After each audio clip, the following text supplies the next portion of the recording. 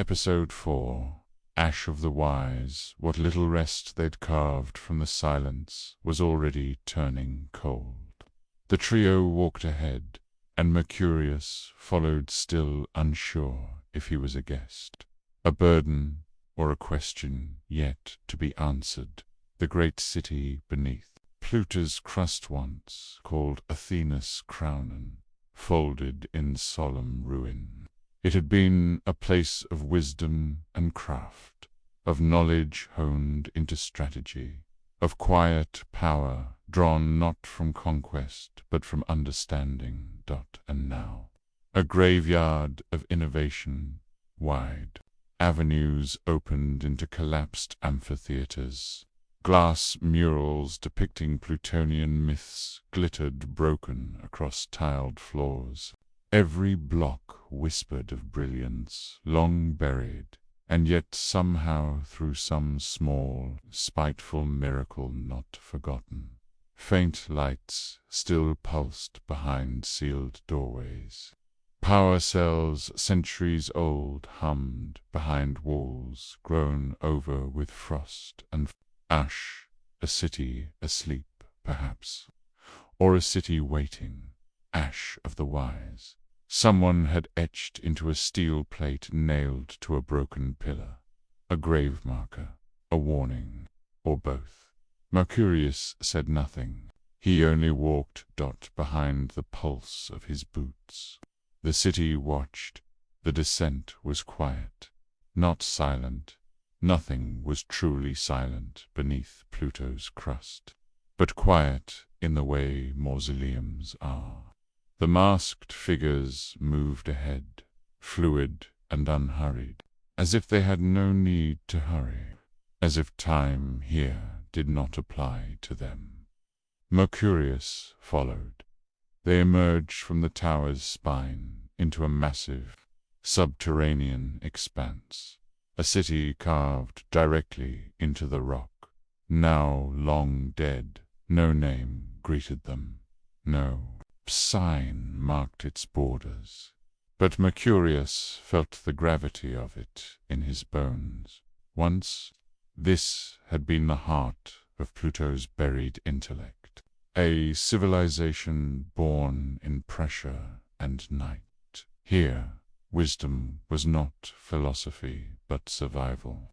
Strategic warfare had been necessity, not conquest.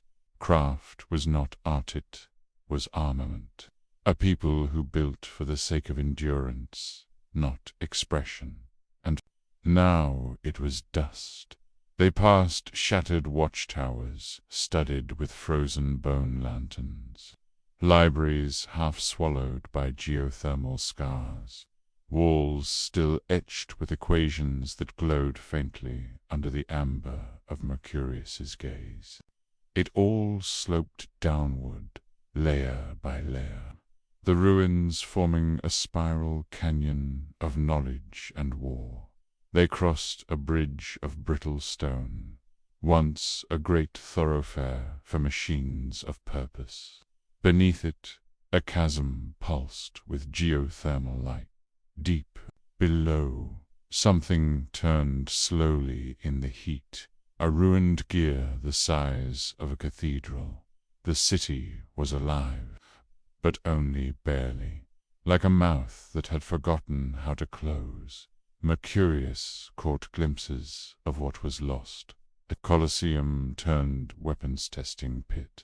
A statue split in two, its head not broken, but missing. Towers with shattered summits, where snipers once watched gods die.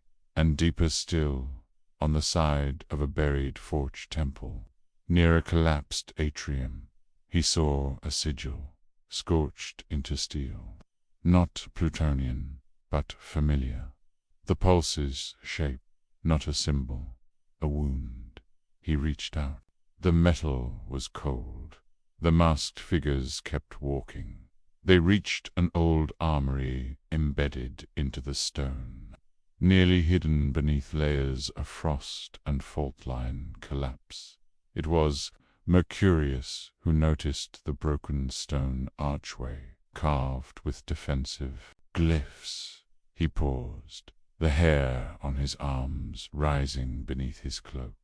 The others waited at a distance. Inside, time had died more slowly. Shelves still held sealed crates. Tool benches were covered in the mummified remains of gloves, schematics, and burned-out torch kits. The air smelled like powdered rust and ancient oil. He moved carefully, sweeping his amber gaze across the room. A storage locker, partially open, frozen shut. He braced, kicked. The door creaked, then snapped loose. Inside, disassembled revolver frames, elegant, angular, built for larger hands than human. Pistol receivers and firing assemblies, bundled in vacuum-sealed pouches, marked with warning sigils. A single lead-lined case tucked behind everything else. He pried it open. Inside, 8.700 Nitro Express rounds, massive, dense, hand-engraved with microscopic spiral patterns. The kind of ammunition that didn't just stop a creature, it declared war on it. He exhaled, slow. No rifle here, no new weapon, but enough parts to rebuild or reimagine. Enough intent to remember this place had once prepared to kill things far worse than time. He pocketed the case, took what he could carry, and left the rest untouched. Not out of reverence, out of unease. Some weapons remembered what they were made for. The masked figures said nothing. As he returned, one turned their head, barely to acknowledge him. Then they moved on, and so did he, through the deepest city, beneath the smallest world, where memories slept in stone and the pulse had not yet finished whispering.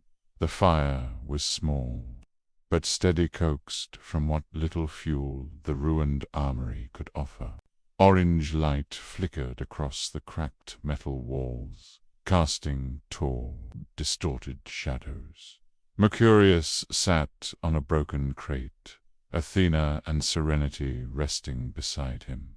The revolvers gleamed in the low light, not just weapons now, but companions, symbols of something clawed back from the past. Across from him, the three masked figures sat in silence, but they were not the same. The one who stood still, the one who had given him the Glock, remained by the far wall, upright, rigid, like a statue, listening for something below the noise. Their blank mask bore a faint diagonal scratch, like an old wound made deliberate. They watched Mercurius like a puzzle, not coldly, but curiously, as if determining whether he fit into some pre-calculated pattern. The second figure moved constantly, while seated, tinkering, adjusting straps, polishing a blade with a cloth as old as war itself. They never looked directly at Mercurius, but they never turned their back to him either. And then there was her. She sat closest to the fire. Her mask covered only the lower half of her face, leaving her high cheekbones, sharp jawline, and ears exposed. Her hair was midnight black, but not simply dark, dark matter, streaked with glowing blonde highlights, like starlight drawn through shadow. Every motion she made was fluid, deliberate, as if her body remembered music long after the song had ended. She didn't speak, none of them did, but she watched him, not with suspicion, with interest, not like the curious one who observed patterns, nor the restless one who always adjusted their gear. She watched Mercurius as if she had seen him once before, or dreamed of him. He leaned forward, elbows on knees, the revolvers heavy at his sides.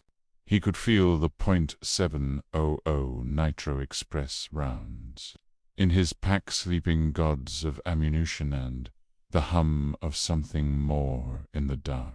Still, no one spoke. Only the fire whispered, and for now that was enough. They descended into the city's lower veins. No maps, no names, only instinct and the pull of something vast and wrong. Corridors narrowed, arches bent in impossible curves. Doors led nowhere. Light bled from broken panels and trembling wires. The pulse was waking, at first just a low hum, then a pressure behind the eyes, then motion, twisting bodies, half flesh, half metal, all wrong. Mercurius fired. Athena cracked like thunder, dropping two.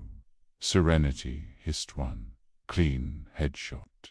He moved through instinct, reloading even as he pivoted.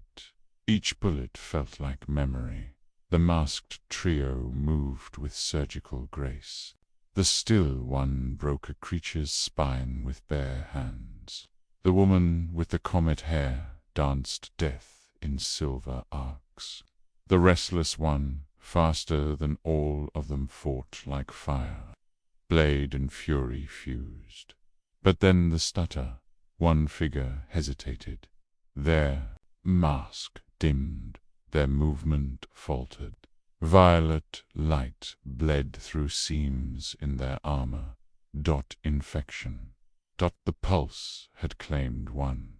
They ran through collapsed chapels, down spiral staircases chiseled into rib cages of stone, toward a gate pulsing with glyphs that lit at their presence. A door, large, ancient, opening too slowly. Behind them, the horde, shrieking, clicking, prayers distorted into screams. Mercurius turned to fire again. Again, every bullet counting. Down to silence. That infected one paused, looked back at them, then stepped forward, toward the horde. They never spoke. They only ran into the dark. Blades flashing, limbs jerking unnaturally as pulse corruption tore. Bars at their muscles. End the detonation. A final scream. A flash of impossible blue. Then silence. The chamber beyond the gate was wide and warm, lit with geothermal fire. Veins of gold and blue light pulsed through obsidian walls. And there were people, not ruins, not ghosts. A community. Not just survivors, but builders, caretakers, teachers, families. Their clothes were patched but clean, their eyes tired but alert. Children ran barefoot across polished stone, laughing. One chased a drone. Another played a bone flute while twirling in a chalk-drawn circle. A third, no older than 6, drew figures in dust, 3 masked shapes, and 1 ambride shadow beside them. The trio said nothing. The people nodded. Some touched their chests in respect. A few reached out to lay a hand briefly on Mc's shoulder as he passed. He felt their warmth. A woman with prosthetic arms handed him a bowl of steaming broth. She didn't speak. He took it, sat down, and breathed. He wasn't dead. He wasn't alone. And Pluto forgotten by the stars, hidden from time. time still held life in its marrow. They were not extinct. They had not surrendered. They had only gone quiet.